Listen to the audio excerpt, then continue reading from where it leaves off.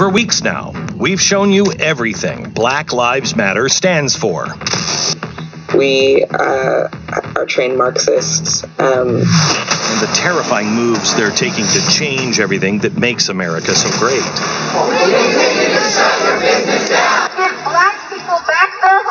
This country doesn't give us what we want, then we will burn down this system. We've shown you the importance of sending our kids back to school and the dangerous teacher unions that are using manipulative politics to get their way. Public schools should not reopen unless their demands are met. So this is not about politics for us. Well, tonight, we'll show you what happens when these radical groups merge. And you won't believe what they're trying to teach our kids.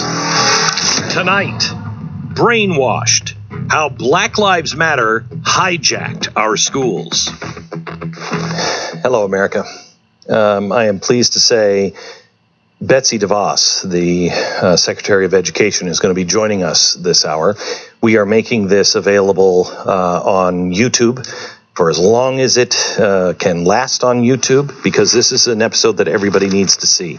We are basing this off of, this is only one of the files, 800 files that have been leaked out by somebody who is extraordinarily brave. I'll tell you about them here in just a second. But I need you to understand that if you are only watching mainstream media, even if that's just Fox, you are not being given the truth on what's really going on. Everybody is dancing around politics and yelling about the president and whatever. That's not what's going on. There is a revolution that is going on, and it is very well funded and very well thought out. And it is coming after our children next. If I told you that our children, their schools, the teachers, are being used by radical leftists as a dystopian brainwashing factory, that they were pushing Marxism and training children to be activist foot soldiers, I can guarantee you that everybody in the CNN audience that hasn't been told a jack on what's going on would say that's crazy. I'm hoping that that is not you if you've just been watching mainstream media. We have been covering these things on The Blaze now for a while, and I've heard from fans that haven't seen me on TV for a while, and the first thing I have to say is, yeah, I gained weight. Okay, get over it. Second is, Glenn, how come I'm not hearing about this? Multiple reasons. One of them is there's not enough time in the day. We are posting all of these right now at glennbeck.com. They're 800 files. 800 files. I don't have the staff to go through all of them. So what I'm showing you tonight is just scratching the surface, and there's going to be 2 episodes on this. But I need people who will just volunteer to go through all of these files and will actually say, hey, you guys missed this one. You guys got to know about this one. Nobody's assigning resources. A lot of people don't care. And some people are involved and say, yeah, I think that's a good idea. But I can guarantee you, I don't care how you voted, Republican or Democrat, you will not agree with what's in here. And this, honest to God, is nothing compared to what I'll show you in episode number 2. So let me do some refresher. I once called Cass Sunstein the most dangerous man in the country, primarily for the way he dealt with people and education. Sunstein's ideas are summed up in an article that he wrote for Bloomberg. Open brain, insert ideology. This is incredible. This is a thesis that he has to use as an example, the Communist Party in China and how they just bend the brains of our kids. Cass Sunstein is a dangerous, dangerous leftist. And I thought it was bad back during the Obama administration. Nobody would pay attention to it. But it was just beginning to be spoken about out in the open. But it didn't kick in until about 2 years ago. I'm going to show you where all this came from later in the show, and I'll explain where these files came from in about 10 minutes. But I want to just show you a couple of things that are in there. First of all, here's a poster. This is for elementary school. We've got a Marxist making a fist. Ooh, and a whiskered dude in a dress. This has been approved in schools from preschool through 5th grade. It might be in your kid's school right now. Let me show you another one. This sign also approved for kids as young as preschool. There's the Marxist fist again, and a blurb about black villages. Now, I want to read this one to you. There's lots of different kinds of families. What makes a family is that people who take care of each other. These people might be related. They might choose to be a family together. They might take care of each other. Sometimes when it's lots of families together, it can be called a village. Well, doesn't this sound nice? Hillary Clinton once said, reiterated last week at the DNC, it takes a village. And if you're a preschooler or a kindergartner or somebody who has even heard the name of Karl Marx, you know that that very reasonable thing doesn't mean that. It's by design. Oh, but I have the smuggled documents here that explains what it actually means. Because you can't just talk to 5-year-olds about concepts like Marxism and radical transgender activism. You have to slip it through the age-appropriate guidelines and propaganda. Oh, look, here's Black Lives Matter, their guiding principles. This is great stuff. Oh, restorative justice. Let me show you this.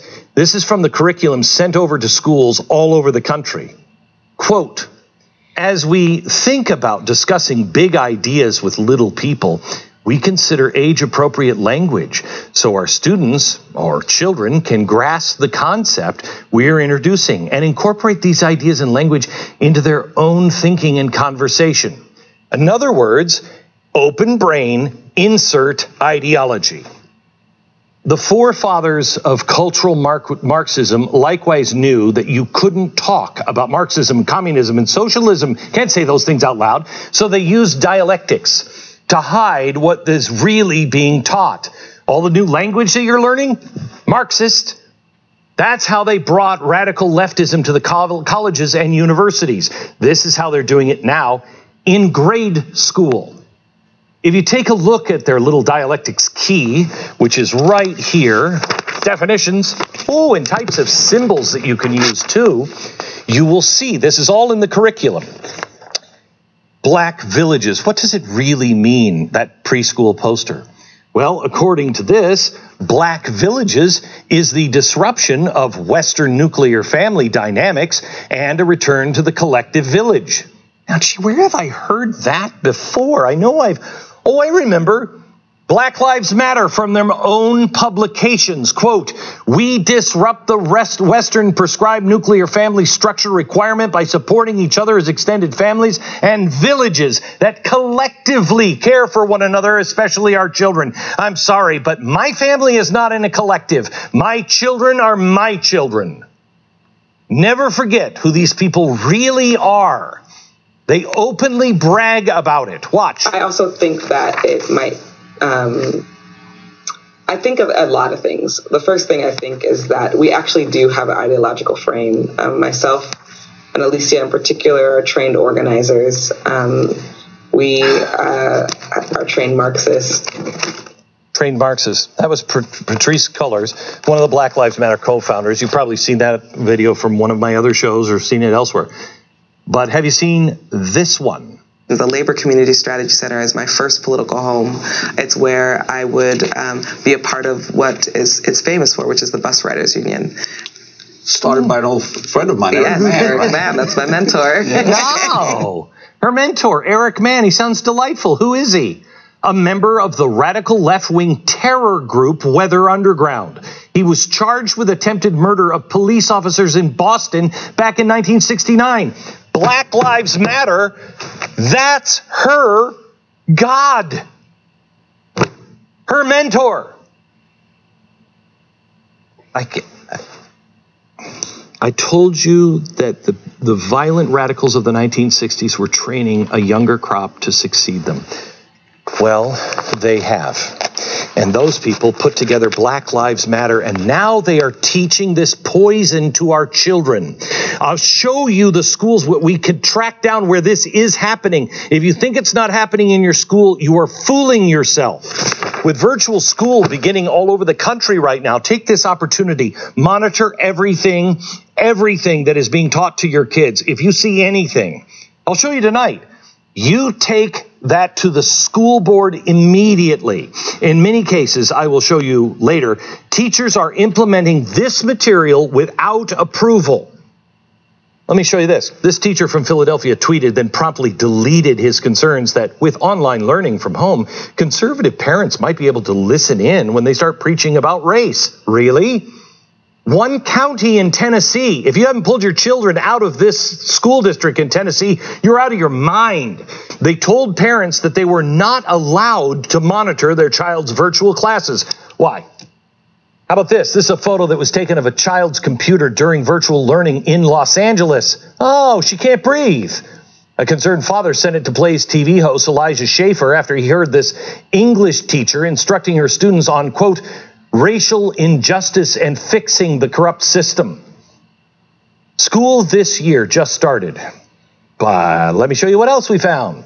Concerned parents sent this in, sounding alarm bells all over the place. Look at this. Oh, that's somebody teaching, oh, no family separation, Black Lives Matter, climate change is real. Oh, this is great. Journalist Julie Gunlock tweeted this picture after she saw what her son was learning this week during online schooling. Is your child attending virtual classes this week? Move that desk into the kitchen. I don't care if it's in your bedroom. I don't even care if it's in your bed, if that's where you are all the time. Monitor everything right now. You can't get this stuff into schools without the most powerful and largest labor union in the country on your side. I'm going to say some crazy things, but they're not crazy anymore. I mean, is it crazy to think that we might be on the verge of a revolution or a civil war? Look at what's happening on our streets. Nothing is as you think it is. The National Education Association, the NEA, pretty much every other teacher union in the country is subservient to them. Well, they've been going hog wild in the last few months, pushing Black Lives Matter demands. In fact, you can't bring your kids back into school because of COVID without some of their demands. One of them is until they're safe schools that don't include any police officers in the school. Wait a minute, I was told you had to take my gun away and I couldn't have a gun. The teacher couldn't have a gun because it needed to be handled by an expert, needed to be held by a police officer. And now you want the police officers out? Oh, yeah, they also want a tax on billionaires. They want economic justice and, of course, climate justice. And new charter schools are out. And private schools. And you shouldn't be able to home teach anymore. What does that have to do with COVID? They also helped organize a day of resistance a couple of weeks ago, quote, to advance a racial justice agenda in public education, in particular by organizing for police-free schools. One of their partners, of course, was the Democratic Socialists of America. Do not trust the teachers union. And quite honestly, if your teacher, they don't have to join them anymore. They don't have to give their money. If your teacher refuses to stop sending money to these unions, I don't trust that teacher. I showed you several weeks ago that Black Lives Matter fundraising, basically a dark money clearinghouse for the left. So teachers unions, there it is. These are the top 20 recipients from teachers unions and political candidates so far in 2020. Look at the names from the National Association, Education Association, on down to the smaller unions. Do you see a single R there? Not one. They are a cash cow for the left while simultaneously pushing indoctrination into our schools. Well, Glenn, when did this happen? It's always been this way. We just didn't care. And now at the end, if you don't stand up now, you lose not just your country, you lose your children. That's not hyperbole. The National Education Association was founded in 1850 to promote government-owned schools and modern ideas. And they promoted the school system based off of authoritarian European systems like the one in Prussia, Germany, American socialist activists saw public school students as the perfect subjects to re-engineer society. In fact, in 1935, during their 72nd annual convention, NEA Executive Secretary Willard Givens wrote, "Many drastic changes must be made. A dying laissez-faire must be completely destroyed, and all of us, including the owners, must be subject to a large degree of social control." Quote, "The major function of the school is the social orientation of the individual. It must seek to give him understanding of the new transition to a new social order." Doesn't sound like their plan had anything to do with reading, writing, and arithmetic. In the late 1930s, the NEA began implementing what is now called neo-Marxism through the teachings of Germans who had fled Nazi Germany. They set up shop right in New York City at Columbia University. It was called the Frankfurt School. I know all about it because I wanted to write a book about it, but Simon & Schuster said no one would be interested in any of this history. Of course not. This school advocated the death of American culture in order to destroy capitalism. And the teachers' unions would take this directly to public school classrooms. The NEA, quote, "made a goal of education, not to educate the young, but to give them an anarchic self-esteem, deprive them of any sense of what's right or wrong." Wow, mission accomplished, check. In 1978, the NEA's executive director stated this as their goal: to tap the legal, political, and economic power of the U.S. Congress. "We want leaders and staff with sufficient clout that they may roam the halls of Congress and collect votes and reorder the priorities of the United States of America." Good heavens! Reorder the priorities of the United States of America. But I thought it was all about the kids. All about reading, writing, and arithmetic. It never has been that.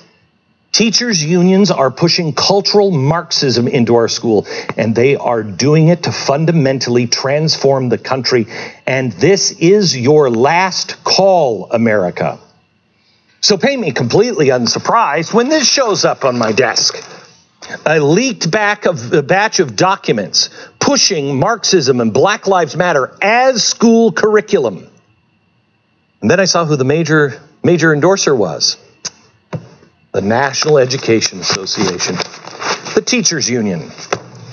I haven't even scratched the surface on this. This program will not even begin to scratch more than the surface of this, but I'm going to tell you about this and show you some of the terrifying curriculum enclosed. How does he say it? Open brain, insert ideology.